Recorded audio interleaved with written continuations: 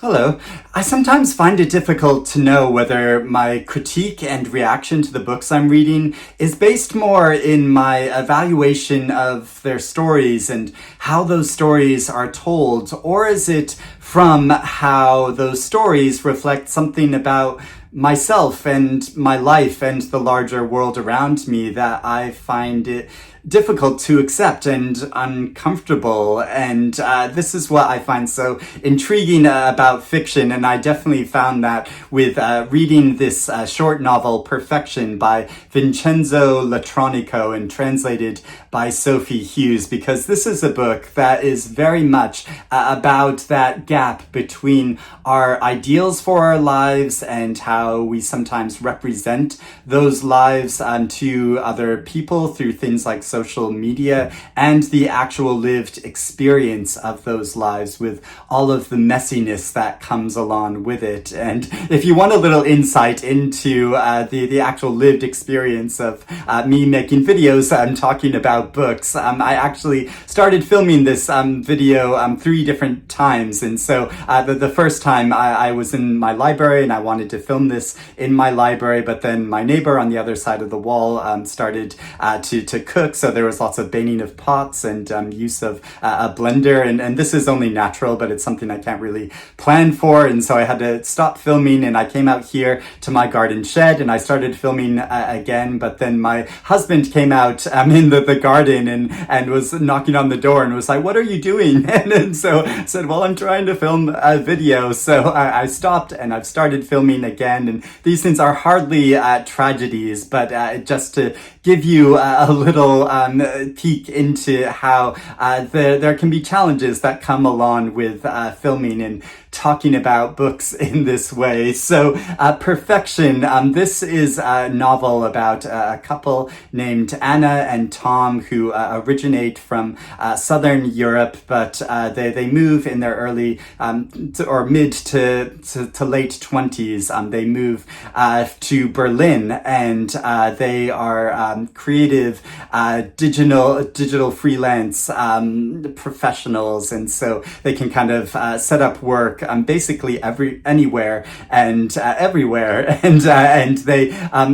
so they work out of their home. They're freelance, so they can take on jobs or refuse them as they want to. And from the moment of moving to this location in Berlin, the ideal of the apartment that they moved to and the photos that they saw don't quite align with the actual experience of it. Of course, is always the case when we go to rent somewhere or to buy somewhere to live. The estate agent photos don't often live up to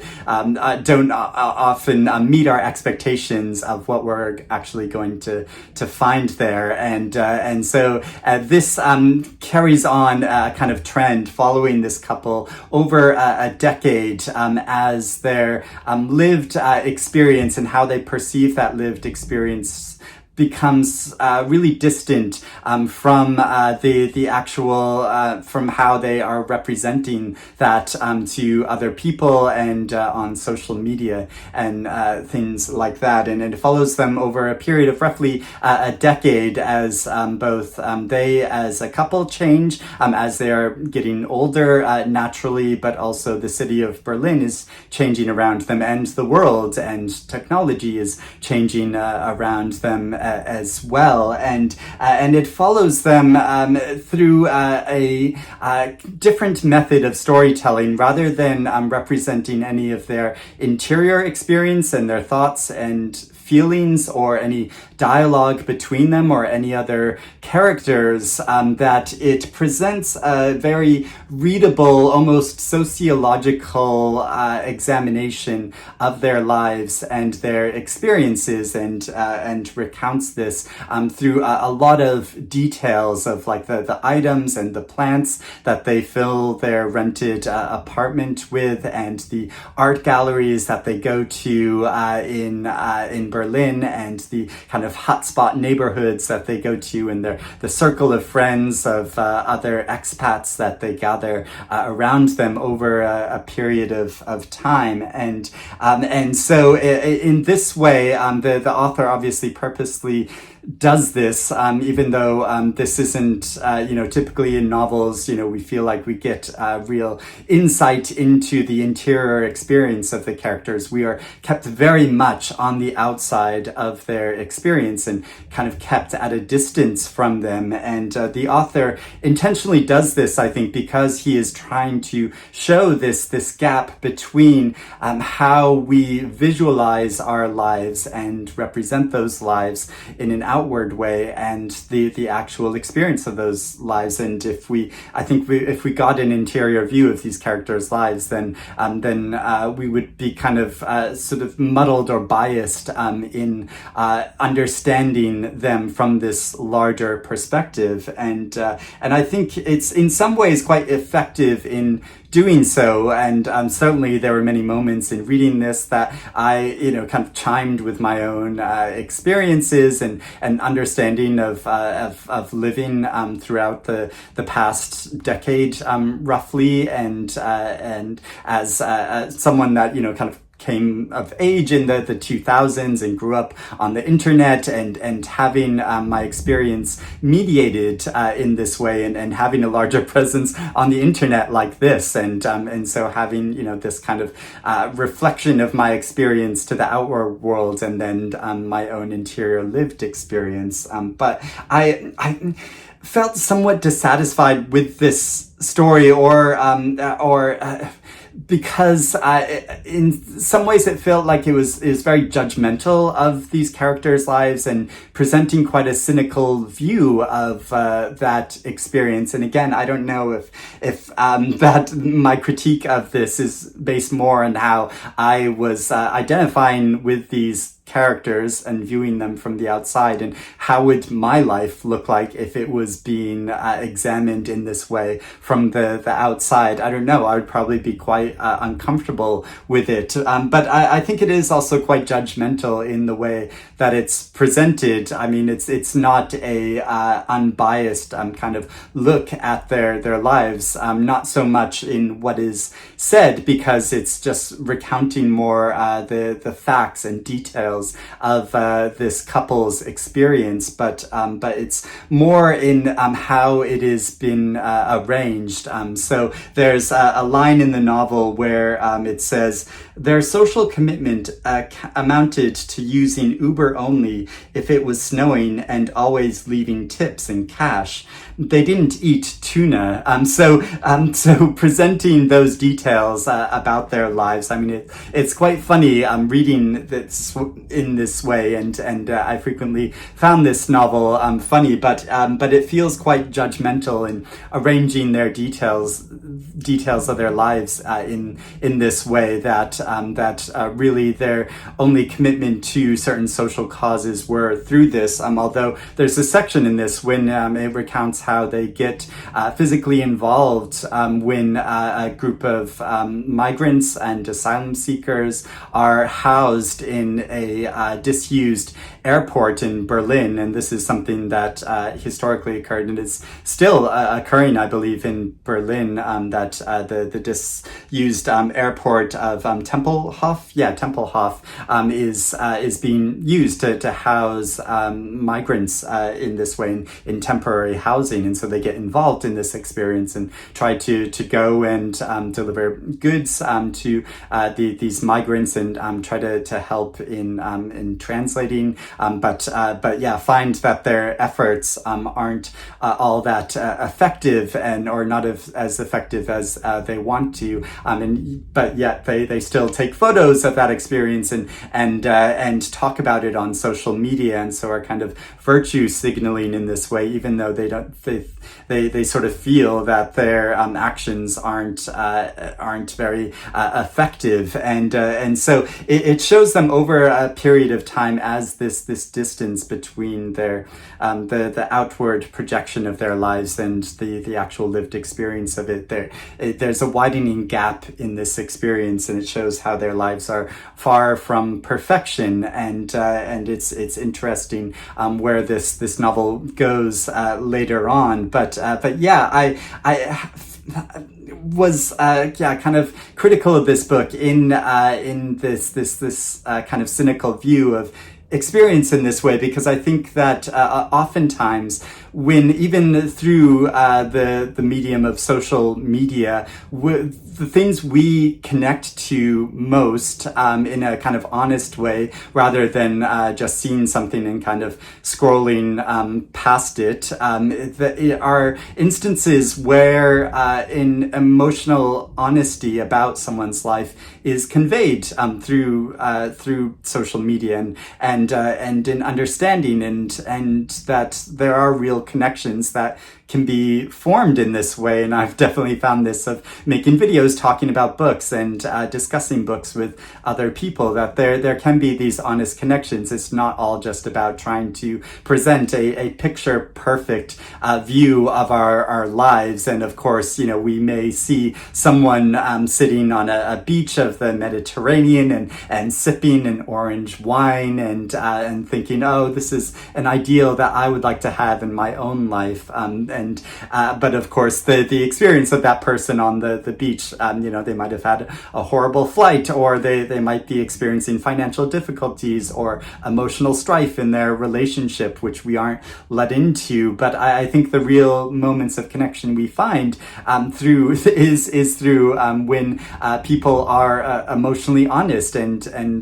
describe the messiness of our experiences, and that's something that I think this novel slightly misses out on, or kind of misrepresents, in arranging the details of this couple's life in this way. And this couple, who are basically one homogenized being. I mean, there are particular things about each of these characters which are different, but they're really minor details that really they are mostly presented as a couple that are working joint and in tandem, and the only real division between them, or differentiation between them, is shown when they start having a fight, and that there is real turmoil in their relationship. And that is something when I start to really connect with them, but also in the connection, when it shows details of their sex life, and how that there are that they kind of wish that their sex life was more exciting than it actually is. And even though they're actually mostly content with their sex life, they feel like they need to go out into these sex clubs in Berlin and experiment and try different things, because they are caught up in this ideal with how their sex life should be, rather than the actual experience. So I think this novel is successful in showing, the real gap in this by structuring it in this way, but at the same time, I feel like it misses out on some of the details of what life is actually like, especially through when mediated through like social media sites and how we present our lives, which is really just like an amplified and modern way, I think, of how we present our lives to other people, because people have always done this. When you get a phone call from a family member and they ask how your life is, and you're like, yeah, everything is great, even though you might be having major work problems or problems in your relationship or financial troubles. And so I think these honest moments of connection come when we reveal what is actually going on in our lives, and I feel like the author didn't allow his characters to get to a point where they could be emotionally honest in this way. And I'm sure lots of people are caught up in this cycle of they want to deny what their actual experience is like, and it shows the kind of tragedy of how they are eventually unable to differentiate between what actually happened to them in their past, and how they have cast a nostalgic glow over the past, and have these images that they have presented on social media, which have got lots of likes and lots of complimentary comments, and that this becomes their truth, rather than the actual experience, which was often very tumultuous, and how they were experiencing a lot of turmoil at the time, and so that they gradually get lost in this loop. And I think it's interesting interesting that the author chose was heavily inspired to structure the novel in this way, based off from he gives discusses in the acknowledgments how he basically got the structure of this novel from a novel from the 60s by Georges Perec, called Things, A Story of the 60s, which is structured in a very similar way in just presenting the superficial details of a couple's life. Although personally I found that this novel reminded me a lot more of a George Orwell novel, of his novel Keep the Aspidistra Flying, which partly because of the emphasis on plants in this book and how the couple fill their rented apartment with all of these different plants, including a monstera, which is a big leafy plant, and it describes how this plant is kind of like a cloud that is within the apartment. But in Keep the Aspidistra Flying by George Orwell, that the Aspidistra plant is a plant which was often used indoors and by middle class families and households in the time that George Orwell was writing. So it became this kind of symbol of like middle class experience, and how the protagonist of Orwell's novel, he was an aspiring poet. He really wanted to be bohemian, but he found himself kept getting sucked into this middle-class existence, partly because of his romantic aspirations and needing to earn a living to support himself and the woman that he was trying to woo. And in the same way, the couple in this novel, they have this, they want to be bohemians in Berlin, but really they find themselves growing increasingly conformist, and even though they judge how the city is changing around them and becoming more gentrified, that the novel discusses how really they are the ones that are gentrifying it, and they are part of this, and the only ones using the word gentrification are the people who are actually gentrifying the neighborhoods in Berlin. And so it shows the conflicts of this kind of middle class existence in this way. And so yeah, I mean, overall I definitely enjoyed reading this novel, and thought it was thought-provoking in a number of ways, although yeah, I feel slightly critical of it in the way that the story was presented. And I think it missed out on some opportunities for describing these characters' experience and the nuances and complexity of modern experience in a way. But I would love to know if you have read this novel and what you think about it, and if you agree with me or disagree with me, or if you're interested in reading this novel now. But I hope you're doing